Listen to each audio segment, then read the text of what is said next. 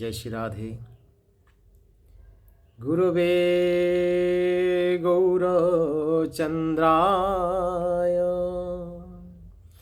राधिकाय तदालये कृष्णाय कृष्णभक्ताय तद्भक्ताय नमो नमः। শ্রী গুরুদেবের পাদপদ্মে আমি আমার সশ্রদ্ধ প্রণাম পন্থী নিবেদন করি এবং সমস্ত ভক্তমণ্ডলীর শ্রীচরণে আমি আমার সশ্রদ্ধ প্রণাম পন্থী নিবেদন করি।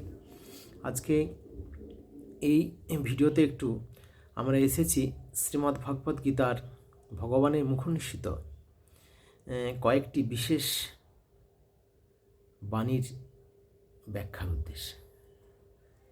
তার আগে বলি, আমরা এই মানব জীবনে যারা একটু শ্রী গুরুদেবের পাদপদ্ম আশ্রয় করে একটু ভক্তি জীবনে অগ্রসর হয়েছি, অর্থাৎ একটু হরিনাম, একটু হরিকথা শ্রবণ, একটু ধামে যাওয়া, কিছু না পারলেও যেখানে হরিকথা হচ্ছে সেখানে একটু বসা, এই সদ্য এসেছি,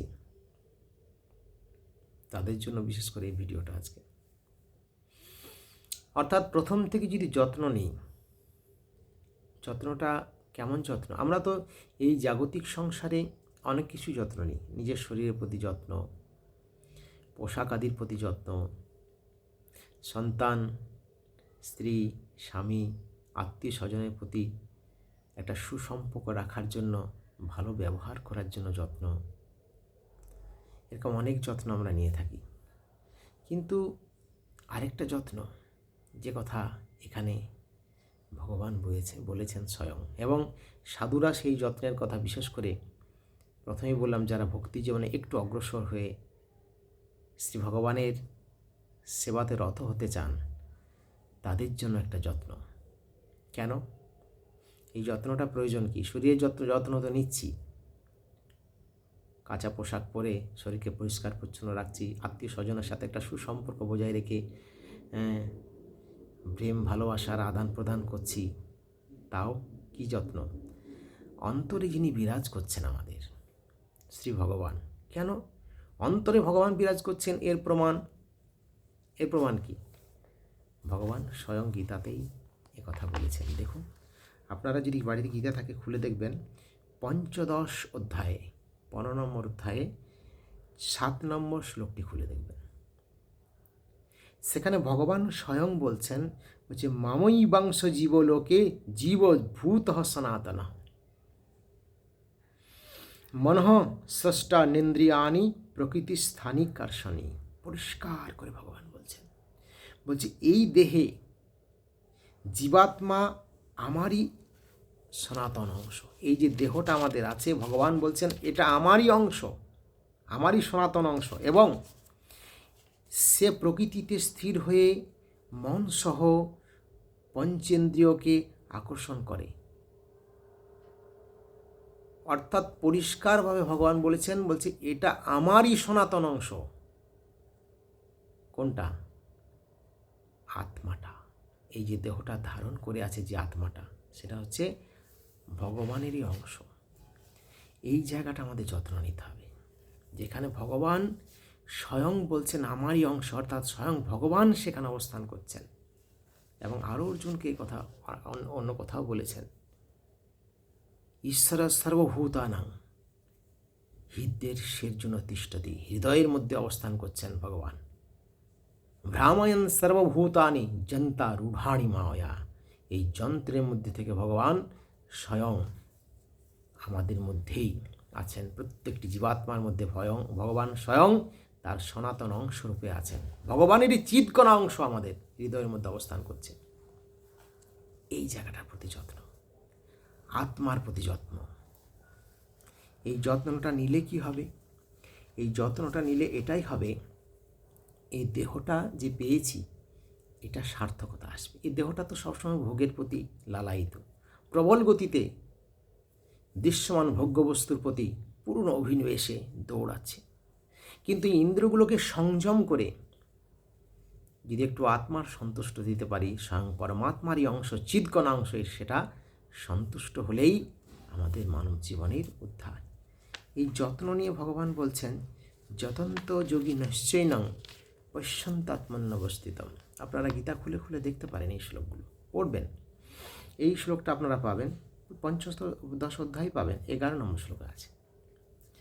যতন্ত যোগী নিশ্চয়ং পশ্যন্তাত্মন্যবস্থিতম যতন্ত প্রকৃতাত্মানও নৈনং পশ্যন্ত চেতসঃ। অর্থাৎ যত্নশীল যোগীগণই, যারা যত্ন নেন, যত্নশীল যোগীগণই নিজেদের হৃদয়ে অবস্থিত এই আত্মাকে তত্ত্বতঃ জানতে পারেন। যারা যত্ন নিয়েছেন তারাই এই আত্মাকে জানতে পারেন। কিন্তু যারা নিজ অন্তঃকরণ শুদ্ধ করেনি, যারা শুদ্ধ করেনি এখনো পর্যন্ত, অন্তঃকরণটা শুদ্ধ করেনি, তারা সেই সব জ্ঞানীগণ, জ্ঞানী অর্থাৎ জ্ঞানী হয়েছেন, জ্ঞানী হয়েও তারা অজ্ঞান হয়ে আছেন। অজ্ঞানী যত্ন করেও নিজেকে তারা বুঝতে পারে না, এই আত্মাকে বুঝতে পারে না যে ভগবান আছেন। এখানে যত্ন যত্ন বারবার বলছি, কিন্তু যত্নটা কি?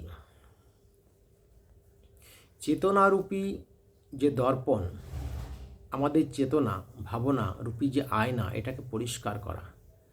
শ্রীমান মহাপ্রভু বলে গেছেন, চেত দর্পণ মার্জনং ভবমহা। চেতনারূপী দর্পণটি আগে মার্জন করো, পরিষ্কার করো। পরিষ্কার না করা পর্যন্ত তুমি ভগবানের সেবাতে রত হতে পারবে না। পরিষ্কার করার জন্য কি চাই? উপকরণ। কি উপকরণ? যেমন আমাদের জামা কাপড় পরিষ্কার করার জন্য ডিটারজেন্ট পাউডার, একটু জল, এগুলো প্রয়োজন। সেরকম আমাদের ভেতরে যে চেতনা আছে, চেতনাকে পরিষ্কার করার জন্য প্রয়োজন এই কলিযুগের সর্বশ্রেষ্ঠ সাধন ভজন নাম। এই নামের প্রতি যত্ন নেওয়া। 10টি অপরাধ আছে, এই 10টি অপরাধ থেকে আমাদের দূরে থেকে নাম করতে হবে। দশবিধ নামও অপরাধ। আমাদের নাম কার্যকরী হয় না, কারণ আমরা নামগুলো সঠিকভাবে করি না। নাম করতে হবে, এবং সব থেকে আমাদের চেতনারূপী দর্পণটিকে পরিষ্কার করার মূল পন্থা হচ্ছে শ্রীমদ্ ভাগবত মহাপুরাণ শ্রবণ করা। অতি সহজেই এই চেতনাটি পরিষ্কার হয়, মনোযোগ সহকারে, এদিক ওদিক মন না দিয়ে। নামরূপ সংকীর্তন, গুরু প্রদত্ত হরিনাম বা বীজ মন্ত্র যারা পেয়েছেন সেটির প্রতি যত্ন নেওয়া, অর্থাৎ সেটিকে খুব মনোনিবেশপূর্বক একাগ্রচিত্তে সেগুলোকে অনুশীলন করা। ভাগবত নিজে পড়া এবং শ্রবণ করা। সাধুদিকে দেখলে তাদের প্রতি শ্রদ্ধা।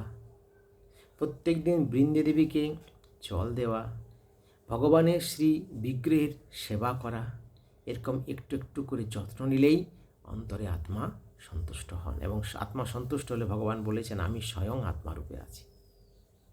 এরকম মানুষ তো দুর্লভ। কেন? মনুষ্যানাং সহস্রেষু, ভগবান বলছেন, মনুষ্যানাং সহস্রেষু কশ্চিৎ যততি সিদ্ধয়ে যততামপি সিদ্ধানাং কশ্চিন্মাং বৃত্তি তত্ত্বতঃ। হাজার হাজার মানুষের মধ্যে, একটা দুটো না, হাজার হাজার মানুষের মধ্যে কোনো একজন আমাকে সেবা করার জন্য নিজেকে যত্নশীল হয়, নিজের প্রতি যত্নশীল, নিজের অন্তঃকরণ শুদ্ধি করার প্রতি যত্নশীল হয়, এবং সেই অনেক অনেক যত্নশীলের মধ্যে কোনো একজন আমার শরণাগত হয়, এবং সেই আমাকে তত্ত্বতঃ জানতে পারেন। অহং সর্বস্ব প্রভব মত্ত সর্বং প্রবর্ততি ইতি মত্তা ভজন্তে মাং বুধা ভাব সমন্বিতা। আমার দ্বারাই জগৎ প্রবর্তিত হয়েছে, আমি জগতের প্রবর্তক। এই কথাটা আমি গীতাতে বলে গেছি, আমি স্বয়ং কথা বলে গেছি। হে অর্জুন, তমেব শরণং গচ্ছ সর্বভাবেন ভারত। তুমি আমারই শরণাগত হও এই কথাগুলো জ্ঞানীজনের কাছ থেকে, সাধুদের কাছ থেকে যতক্ষণ পর্যন্ত আমরা না শুনব, যতক্ষণ পর্যন্ত এই কথাগুলোকে অন্তরে গেঁথে নিয়ে মর্মে মর্মে পূর্ণ বিশ্বাসের সাথে ভগবানের সেবা না করব, ততক্ষণ পর্যন্ত অন্তঃকরণে পূর্ণ সাহস কি করে আসবে? এই সাহসটা আমাদের খুব কম। আমরা শুনি কিন্তু অন্তরে এগুলোকে গেঁথে নিয়ে এখনও পর্যন্ত পূর্ণরূপে বিশ্বাসের সাহসে আগাতে পারি না। আর এটার জন্য দরকার অনুশীলন, অভ্যাস যুক্তে না চেতসানন্নগামিনা, বারবার অনুশীলন, বারবার অনুশীলন। এই অনুশীলনের জন্যই আমরা আগের দিকে আগাতে পারছি না। তাই যত্ন নেওয়া। আরও ভগবান বলছেন, মত্তপর তরং নন্নত কিঞ্চিদস্তি ধনঞ্জয়। হে ধনঞ্জয়, মই সর্বমিদং প্রক্তং সূত্রে মণি গণাইব। আর কত প্রমাণ চাই? ভগবান বলছেন, আমা অপেক্ষা জগতে আর শ্রেষ্ঠ কোনো কারণ নেই।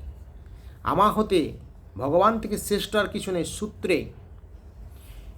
সূত্রে যেমন সূত্রে মণি গণাইব, একটা সুতোর মধ্যে যেমন মণিগুলো গ্রথিত থাকে, সাজিয়ে একটা মালা তৈরি হয়, ঠিক সেরকম এই জগৎটা আমার মধ্যে গ্রথিত হয়ে আছে। কি সুন্দর কথা ভগবানের। বীজংমাং সর্বভূতানাং বিদ্ধি পার্থ সনাতনম। এই জগতের সনাতন বীজ আমি। বুদ্ধির বুদ্ধিমতামস্মি তেজস্বিনাম্যহম। এবং বুদ্ধিদাতা, তেজদাতা সব আমি। শুধু একটু যত্নশীল হতে হবে, একটু আগিয়ে আসতে হবে।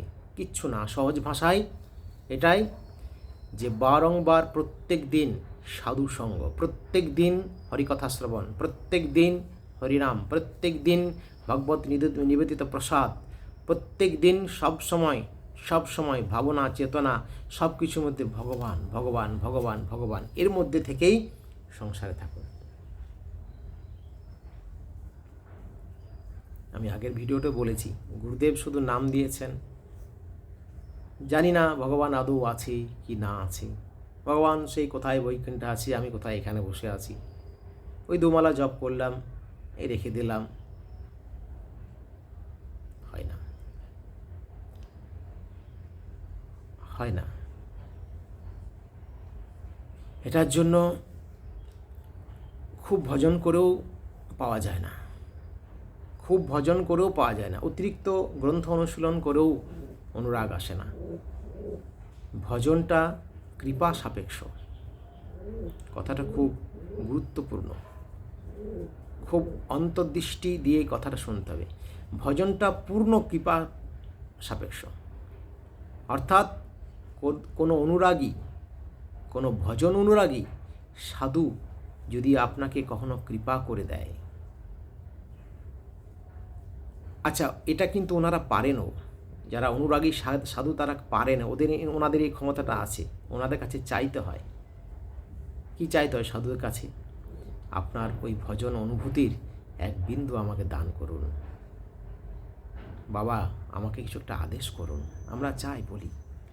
উনি চোখে চোখ রেখে তাকিয়ে ওনার মনের ভাবের দ্বারা উনি যেটা বলে দেন সেইটা আপনার জীবনে কৃপা। কৃপাটা যদি পান, এই কৃপাটাই আপনাকে এই ভজন রাজ্যে ভগবানের দুয়ার পর্যন্ত পৌঁছে দেবে। তার জন্য সাধু কৃপা, সৎ অনুরাগী কোনো সাধুর কৃপা যদি কোনোদিন আপনার জীবনে প্রতিফলিত হয়ে যায়, চমৎকারের মতো ভেতরে একটা অনুভূতি পাবেন। তার জন্য সাধু সঙ্গ, সৎ সাধু সঙ্গ। জয় শ্রী রাধে। এরপর আমরা আরও অন্য ভিডিওতেও আসবো ছোট্ট ছোট্ট করে। হরে কৃষ্ণ কৃষ্ণ কৃষ্ণ হরে হরে, হরে রাম রাম রাম।